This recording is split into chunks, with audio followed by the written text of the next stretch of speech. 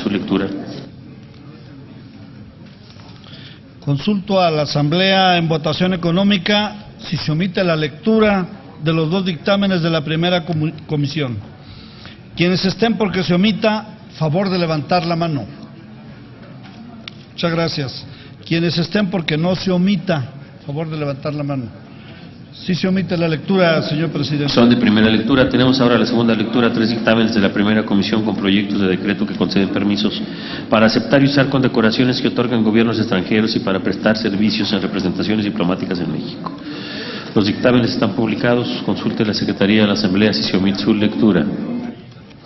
Consulto a la Asamblea en votación económica si se omite la lectura de los 3 dictámenes de permisos. Quienes estén porque se omita, favor de levantar la mano. Quienes estén porque no se omita, favor de levantar la mano. Sí se omite la lectura, señor presidente. Proceda a la Secretaría a recoger la votación nominal de los 3 proyectos de decreto en un solo acto. Entonces, Alba Leonila. se va a recoger la votación nominal. Alba Leonila Méndez Herrera, a favor.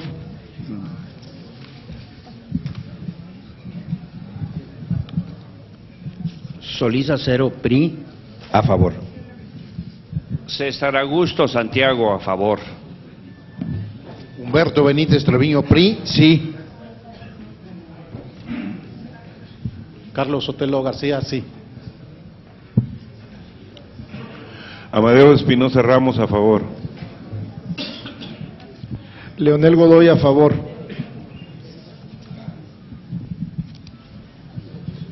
Flores Rico, sí. Rojas, sí.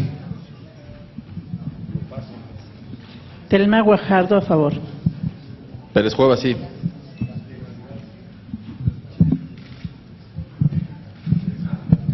Camarillo Ortega, a favor. Jiménez Macías, a favor. Gerardo Sánchez, sí. Eleodoro Díaz, sí. Tomás Torres, sí.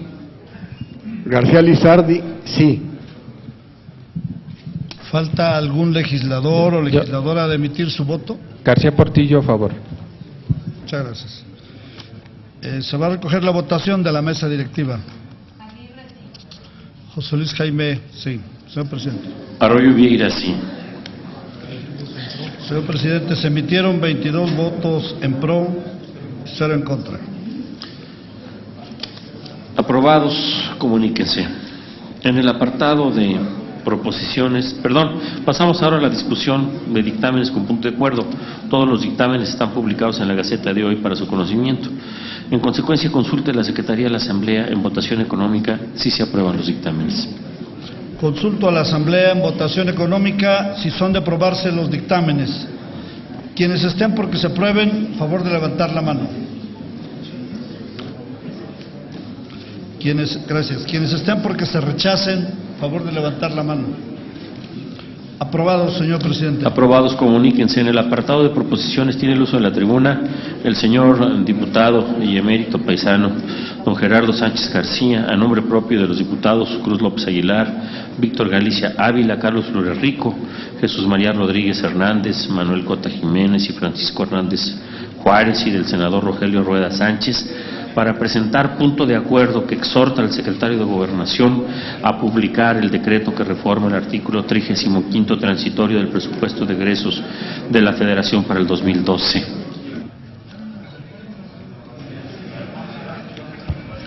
Muchas gracias, señor presidente. Compañeras y compañeros,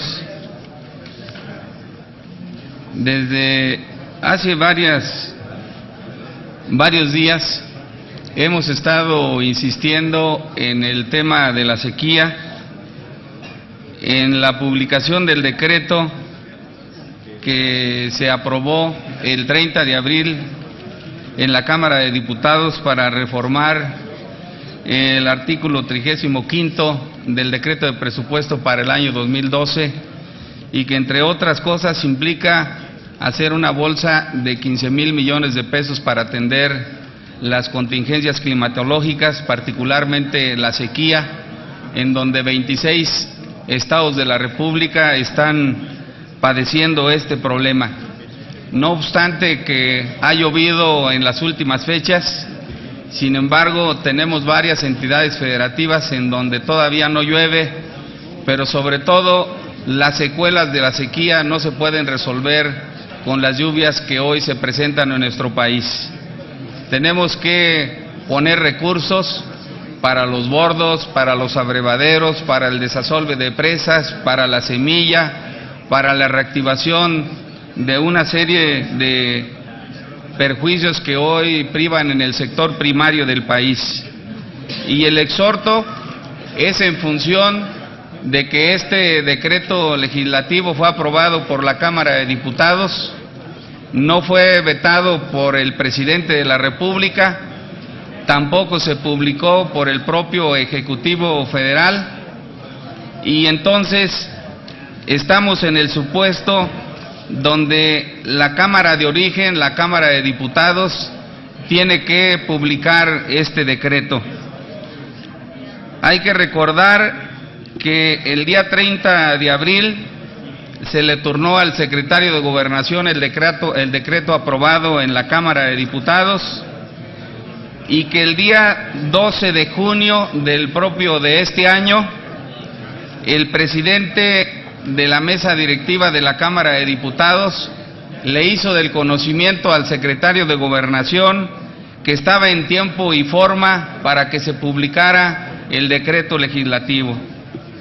No siendo así, el pasado 12 de julio, nuevamente el presidente de la mesa directiva de la Cámara de Diputados le informa al secretario de Gobernación el que se publique este decreto, le instruye al Poder Ejecutivo el que se publique de manera inmediata el decreto que aprobamos en la Cámara de Diputados. El que se tome una decisión de esta naturaleza implica que podamos atacar el que se han afectado 3.2 millones de hectáreas, el que se hayan perdido 1.2 millones de cabezas de ganado, el que haya un despoblamiento de hatos ganaderos de 4 millones, el que haya 1.2 millones de productores afectados, más de 8,000 localidades y por supuesto una población afectada del orden de los 12.5 millones de habitantes. Creo yo que hay una enorme voluntad de todos los grupos parlamentarios de la Cámara de Diputados. También hay opiniones del Senado de la República en el sentido de ir al encuentro de los compañeros que hoy se ven agobiados por la sequía y que lamentablemente los recursos no han sido suficientes. Ustedes lo saben también, compañeras y compañeros, que ha habido acuerdos presidenciales, que hemos logrado reuniones de entendimiento en la Secretaría de Gobernación. Sin embargo, los recursos con los que se han dispuesto, que son recursos ordinarios, no son suficientes para atacar esta sequía y se requieren recursos extraordinarios. Hemos estado dialogando con los gobernadores de las entidades federativas, con los secretarios de Desarrollo Agropecuario, en fin, con todos los agentes de la sociedad rural involucrados, y por supuesto que los recursos que se han prometido no han sido entregados. Por tanto, los compañeros que signamos este exhorto al secretario de Gobernación es justamente para que con toda prontitud, para resolver este problema que se está demandando a lo largo y ancho del país, con toda prontitud se publique el decreto legislativo para que las entidades federativas que hoy requieren de este recurso, para que a través de las Secretarías de Desarrollo Agropecuario, a través de las delegaciones de la Zagarpa, haya los entendimientos para hacer los padrones, para buscar a aquellos compañeros que hoy están en una situación verdaderamente lamentable, se les pueda resolver. Por eso, compañeras y compañeros, solicito la solidaridad y el apoyo para este punto de acuerdo en urgente resolución, en virtud de que ha sido desde el 30 de abril que estamos insistiendo en la publicación de este decreto para que pueda haber recursos extraordinarios y podamos atacar el problema de la sequía. Insisto, han sido múltiples reuniones, han sido muchos acuerdos, encuentros y demás, y hasta la fecha nuestros compañeros y compañeras que fundamentalmente viven en localidades de alta y muy alta marginación no han podido tener una respuesta satisfactoria para resolver este problema que los agobia, no solamente en la falta de agua, en la falta de alimentos y por supuesto para recuperar las capacidades productivas. Por eso, compañeros y compañeros, les solicito su aprobación a este punto de urgente resolución en solidaridad con las compañeras y compañeros del campo. Es cuanto, señor presidente. Muchas gracias. Y es mucho, señor diputado. Como lo ha pedido el diputado Sánchez García, consulte a la Secretaría de la Asamblea en votación económica si el asunto se considera de urgente. Y aquí, en este caso, sí, yo había resolución y se pone a discusión de inmediato. Consulto a la Asamblea en votación económica si el anterior asunto se considera de urgente y obvia resolución y se pone a discusión de inmediato en su caso. Quienes estén por la afirmativa, favor de levantar la mano. Gracias. Quienes estén por la negativa, favor de levantar la mano. Sí se considera de urgente resolución, señor presidente. Está en la consideración del Pleno. No habiendo quien haga uso de la palabra, pregunte a la Secretaría si es de aprobarse. Consulto a la Asamblea en votación económica si es de aprobarse la propuesta presentada. Quienes estén por que se apruebe, favor de levantar la mano. Muchas gracias. Quienes estén por que se rechace, favor de levantar la mano. Aprobada la propuesta, señor presidente. Aprobada, comuníquese. Por un error involuntario de esta presidencia, omitimos el dictamen por el que la Comisión Permanente expresa su beneplácito y apoya la adopción del Tratado Internacional para regular el comercio global de armas, que se discute en la ciudad de Nueva York en el marco de la Conferencia de las Naciones Unidas relativa al Tratado sobre Comercio de Armas. ¿Desea hacer usted uso de la voz? Tiene usted el uso de la voz.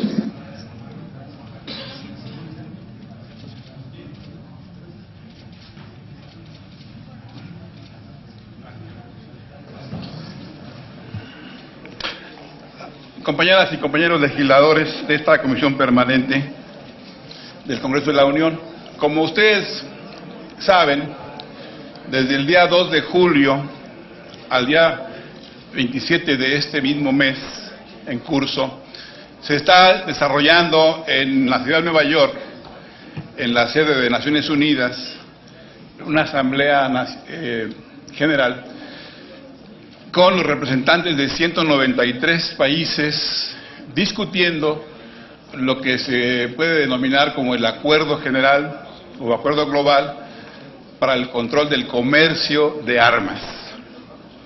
Esta es una iniciativa que tiene ya varios años trabajándose, que nace probablemente, su dato puede ser desde el 95, y que se viene trabajando en diversas instancias hasta llegar en el año de 2009, finalmente, a un acuerdo de la Asamblea General en el que por ese mandato, este mes, durante 4 semanas consecutivas, se reúnen los diferentes representantes para tratar de llegar a un acuerdo general que finalmente, después de décadas de lucha, pueda establecer controles a la transferencia tanto de armas convencionales como de armas ligeras o portátiles. El hecho es sin precedente. Existen, como ustedes saben muy bien, legislaciones nacionales, algunas de tipo regional, como la Unión Europea, como la Convención Interamericana, su protocolo, y se refieren a la fabricación y a la producción de este tipo de instrumentos y fundamentalmente al control interno, cuya potestad reside en cada país firmante. Pero hoy, este mes, lo que se discute es la construcción de un acuerdo global para todo el mundo, que vincule de manera obligatoria a los países miembros de Naciones Unidas. Es pues un esfuerzo enorme que se presenta ante una situación, ante un panorama verdaderamente aterrador en el mundo sobre la cuestión del tráfico de armas. Y me voy a referir a varios datos que sustentan este esfuerzo internacional y que hay que ser justos y decirlo, que mucho de su impulso, de su ímpetu, se debe a los esfuerzos de las organizaciones civiles. Las más conocidas, Amnistía Internacional, entre otras, pero que pueden ser ejemplo de lo que, trabajando en un diálogo fructífero, se puede conseguir en ángulos muy complejos de la violencia criminal en todo el mundo. Hay que reconocer, sin embargo, que el uso de las armas convencionales tiene también una dimensión legal, positiva e incluso entendible, cuando se trata de comercializar armamento que va dirigido a los países para su defensa interior o inclusive para sus previsiones de defensa exterior. Esto es admisible, es entendido y es fundamentalmente legal en prácticamente todo el mundo. Sin embargo, al amparo de este tipo de transacciones se da otro mundo, el mundo de la ilicitud, de la ilegalidad y del tráfico de armas que no necesariamente van a parar a las fuerzas institucionales de los países, sino que se filtran al mundo de países que pueden no estar en el cumplimiento alineado del cumplimiento de la legalidad y los derechos humanos, lo cual es gravísimo, porque pueden alimentar regímenes totalitarios o regímenes simplemente irrespetuosos de la legalidad y de la normatividad mundial de protección a los derechos humanos. Pero puede ocurrir una cosa todavía peor, si es que hay algo peor que las tiranías, y es el crimen organizado. Es decir, se trata también de una fuga de armamento, sobre todo de carácter ligero, es decir, portátil, que puede ir a parar, como ocurre, y lo sabemos, a la criminalidad organizada y alimentar, junto con los tres ángulos de un triángulo terrible que se identifica por la violencia de las armas, por el lavado de dinero y finalmente por la delincuencia de todos los órdenes de la piratería, la irregularidad en su conjunto. ¿Cuál es la intención de este propósito que hoy hacemos aquí de su conocimiento? Que este Congreso de la Unión pueda externar su beneplácito para respaldar la acción mexicana en Naciones Unidas y que podamos firmar ese tratado global de acuerdo del comercio de armas para que permita controlar el flujo internacional de armas mediante controles sancionados por Naciones Unidas. El problema es gravísimo. Se habla de que hay 650 millones de armas en este momento circulando en el mundo, de que hay una producción anual de entre 14,000 millones y 16,000 millones de municiones en todo el mundo, cuyo tráfico es prácticamente en este momento incontrolable. Hay 92 países que producen armas de todo tipo y magnitud. Y ya lo sabemos que entre los principales productores están Rusia, Ucrania, China, los Estados Unidos, Gran Bretaña y Francia. Evidentemente estamos hablando de 92 países y he citado exclusivamente los más importantes en esta materia. Y evidentemente dentro de ese grupo está también un segmento de países que son los que se significan por su capacidad exportadora de armas a otros países. De nueva cuenta, los Estados Unidos de América, agregaríamos Italia, Alemania, Bélgica, Australia, Brasil, Rusia y China. ¿Cuál es el asunto? Que cada año mueren 750,000 personas producto de este comercio mundial de armas. Y que se estima que en el continente americano mueren 200,000 al año. Y lo más grave de todo eso es que más del 40% ocurre en América Latina.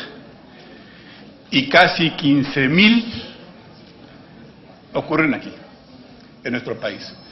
De manera que si queremos coadyuvar de manera seria a disminuir el índice de violencia que aqueja a nuestros países, es muy conveniente que México se suscriba, que forme parte de este grupo de países que están luchando por controlar el tráfico, el comercio de armas. Evidentemente se habla de los dos rubros, armas convencionales y armas ligeras. Pero si logramos reducir el espacio de maniobra que actualmente tiene esta industria, que vale aproximadamente al año entre 60 y 70 mil millones de dólares, podemos ayudar en mucho a los países como el nuestro, que no tienen una producción de armas, pero que son víctimas del tráfico ilegal que viene alimentando a las organizaciones criminales. Lo que propongo es que este Congreso se pronuncie a favor de este acuerdo global de control del comercio de armas y podamos hacer junto con otros países democráticos un gran frente mundial por la paz, por la coexistencia sana de la humanidad y finalmente por garantizarles nuevas herramientas jurídicas a los gobiernos para ser capaces de manejar y controlar a las empresas que han hecho de la muerte el negocio cotidiano. Muchísimas gracias. Gracias. Pues, pregunte si se aprueba. Consulto a la Asamblea si es de aprobarse la propuesta presentada por el diputado Flores Rico. Los que estén por la afirmativa, sírvanse a levantar la mano. Gracias. Los que estén por la negativa, gracias. Es de aprobarse, señor. Aprobado el dictamen, comuníquese. Tiene ahora la palabra la diputada Alba Leonila Méndez Herrera del PAN para presentar punto de acuerdo que exhorta al IFE y a la Fiscalía Especializada para la Atención de Delitos Electorales a presentar a la brevedad los resultados de las investigaciones en torno a las denuncias presentadas en el proceso electoral 2012.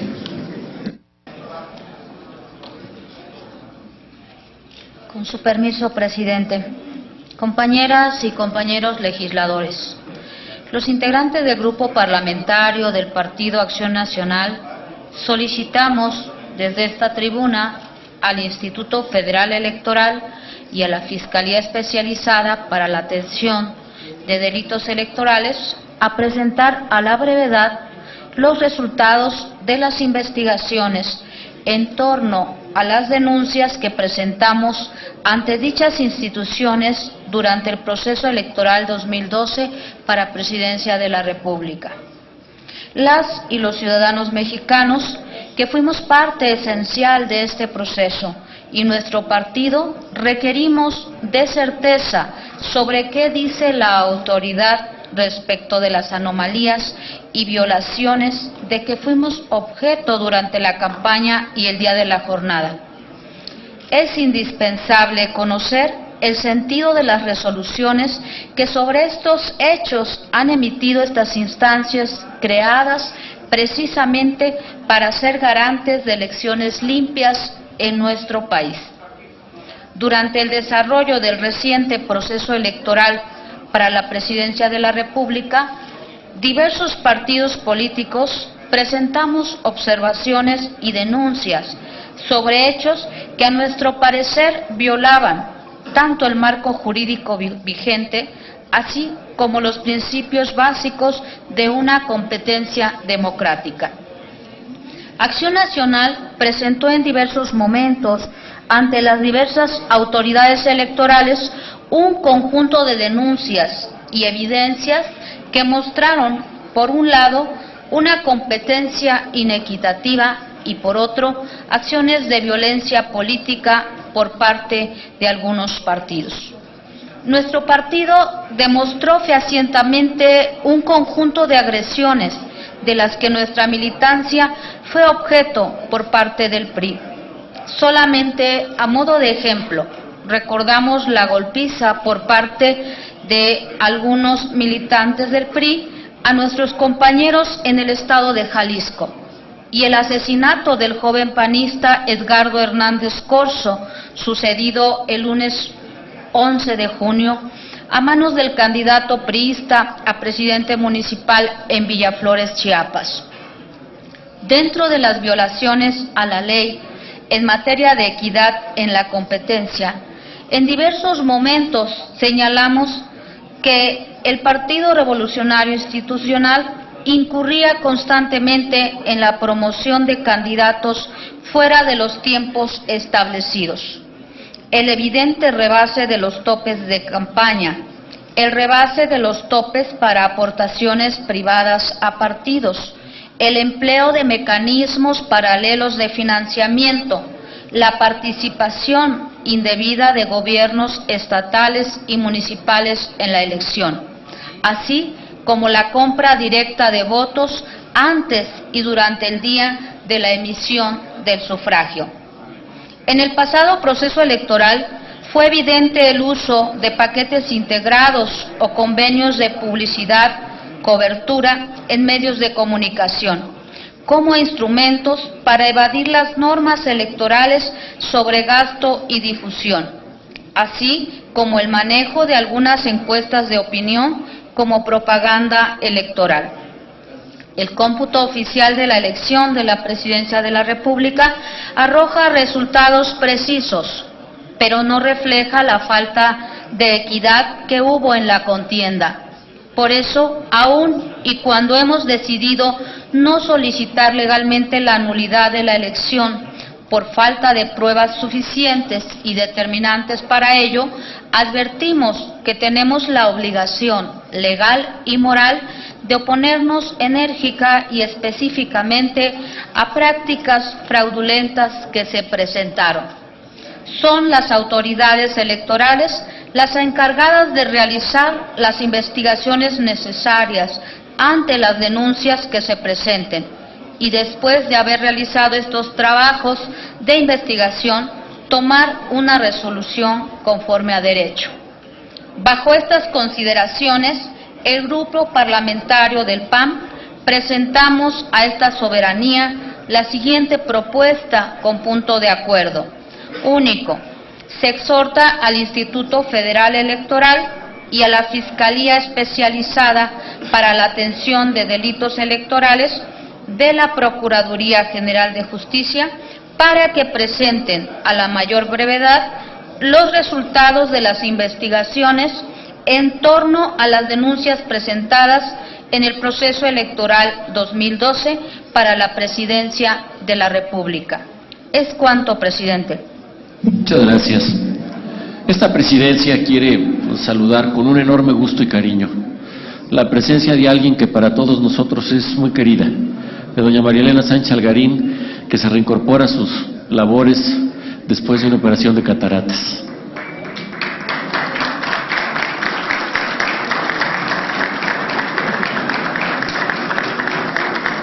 Si ya tenía doña María Elena un olfato muy agudo, ahora va a tener una vista muy larga. Saludos, María Elena, un beso con todo cariño. Pregunte a la Secretaría si es de obsequiarse la urgente y obvia resolución. Consulto a la Asamblea en votación económica si el anterior asunto se considera de urgente y obvia resolución y se pone a discusión de inmediato.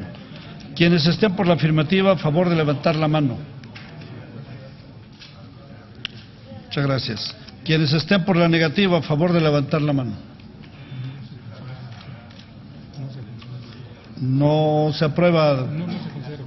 Túrnese a la primera comisión. Señor senador, le recuerdo que son 2/3 partes. Creo que trae usted algún lío con la matemática. No, de ninguna manera. Conmigo no trae lío, de todo mi afecto y aprecio. Se turna la primera comisión. Pero mire, para que vea, le doy la palabra para los efectos de presentar punto de acuerdo que condena el desacato del secretario de Gobernación por negarse a publicar el decreto por el que se expide la ley de víctimas.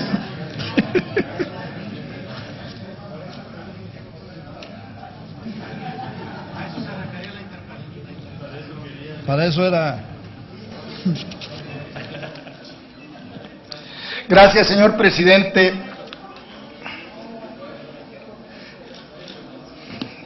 Estaba escuchando con mucha atención la intervención de nuestras compañeras y compañeros legisladores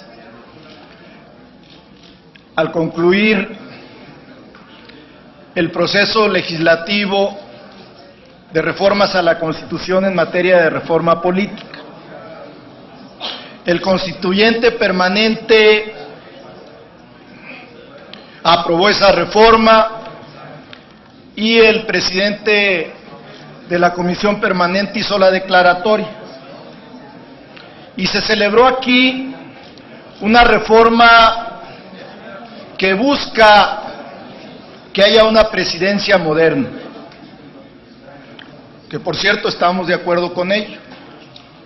Y justo hace un momento un legislador del PRI planteó que el presidente de la República no ha publicado las reformas que se hicieron en materia presupuestal para atender el gravísimo problema humanitario de la sequía.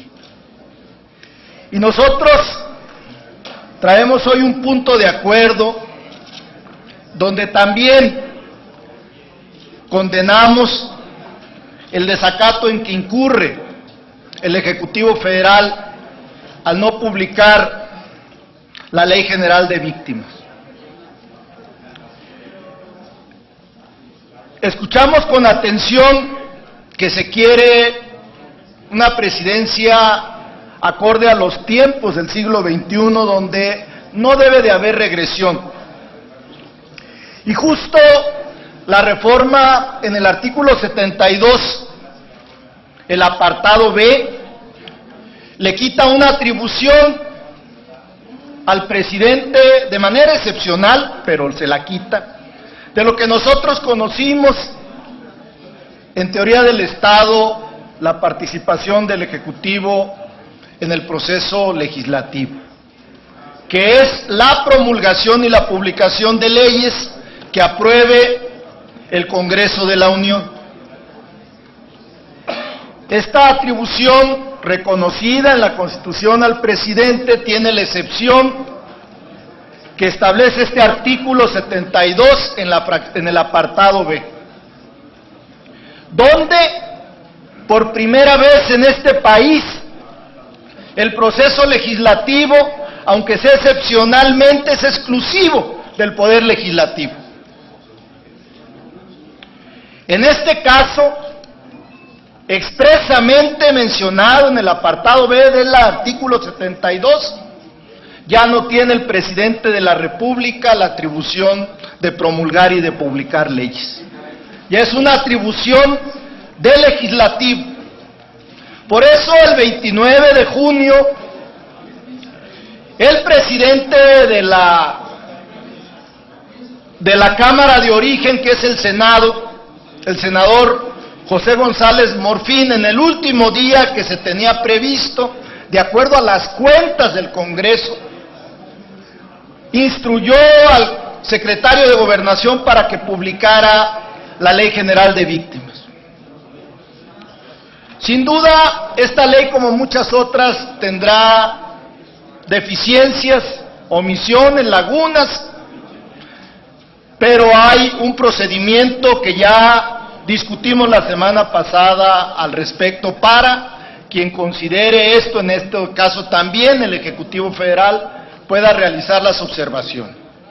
Pero en este momento, y por eso consideramos de urgente resolución el exhorto que hacía la bancada del PRI para que se publiquen las reformas en materia fiscal, para que haya recursos para combatir a las víctimas de la sequía en el campo mexicano, Por eso hoy también nosotros decimos que esta atribución exclusiva ya del legislativo de promulgar y publicar leyes, en el caso de que se den los supuestos del artículo 72 apartado B, debería de haberlo hecho el presidente.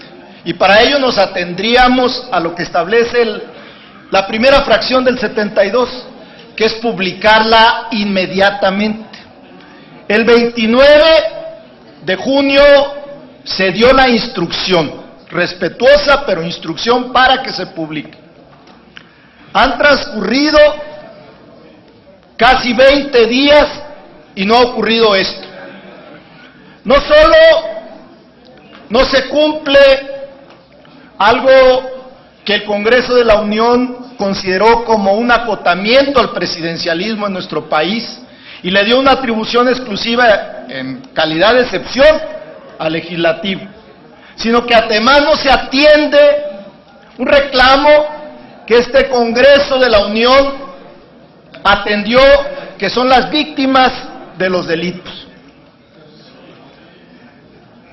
Nosotros, por ese motivo, porque creemos que las reformas para modernizar nuestro sistema político requieren también de voluntad política, hemos hecho esta proposición con punto de acuerdo para condenar el desacato en que está incurriendo el secretario de Gobernación. ¿Qué se va a necesitar en las nuevas reformas que se tendrán que hacer al sistema político mexicano? ¿Acaso, yo le pregunto a los legisladores constitucionalistas que están hoy aquí, ¿acaso que esa atribución entonces de promulgar y publicar leyes excepcionalmente por el legislativo se traslade también para su publicación en la Gaceta Parlamentaria? ¿Tendría que ser esa la consecuencia y la nueva reforma política a nuestro sistema para que se cumpla sin dilación, sin pretextos, una decisión unánime del Congreso de la Unión? Seguramente se va a tener que revisar, porque hoy, coincidentemente y para fortuna del pueblo de México, se dieron tres casos. Uno de reforma política, donde se habló aquí de que hay que modernizar la figura presidencial, el sistema político presidencialista. Otro donde hay un grave problema para millones de campesinos en nuestro país que reclaman atención con recursos para el grave problema de la sequía, que lo acaba de decir en la mañana con agua. Ni siquiera estos ciclones y huracanes han podido paliar esa grave sequía en nuestro país. Y también las víctimas de la lucha contra el crimen organizado y las víctimas en general de los delitos que ya son protagonistas con esta nueva ley, no encuentran justicia en las autoridades mexicanas. Por ello, sí es cierto que a lo mejor el Congreso de la Unión, la próxima legislatura, va a tener que revisar qué hacer en estos casos. Extender y que la promulgación y la publicación sean en la Gaceta Parlamentaria, o buscar un mecanismo que obligue al Ejecutivo Federal a publicar, porque es una instrucción.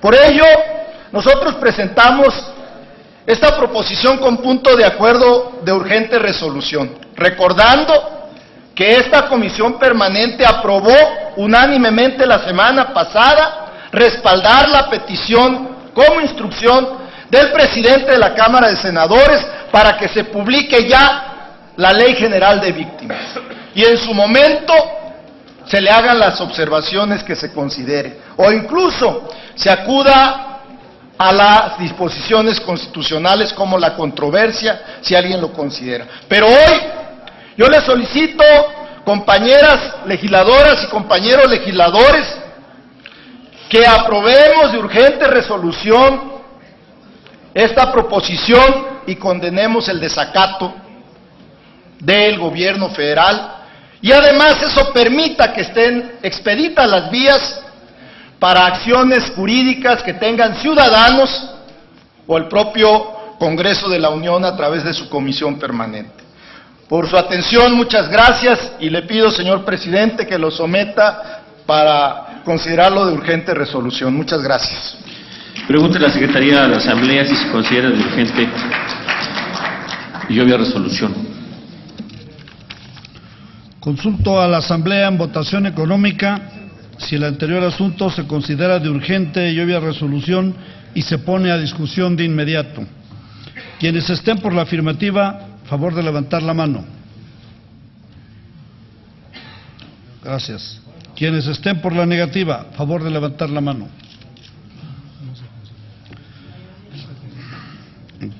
No se considera de urgente resolución. Túrnese a la primera comisión. Compañeros legisladores, informo a ustedes que las proposiciones inscritas en la agenda de hoy se turnarán a las comisiones que reglamentariamente proceden. Los turnos se darán a conocer en la Gaceta. De lectura al orden del día de la siguiente sesión. Doy lectura al orden del día de la próxima sesión. Primero, acta de la sesión anterior, comunicaciones y correspondencia, dictámenes a discusión y votación, 2 de la primera comisión, los que contienen proyectos de decreto que conceden permisos para aceptar y usar condecoraciones que otorgan gobiernos extranjeros y los demás asuntos con los que la Secretaría dé cuenta en su momento. Se levanta la sesión y se cita a la que tendrá verificativo el próximo miércoles 25 de julio a las 11 horas.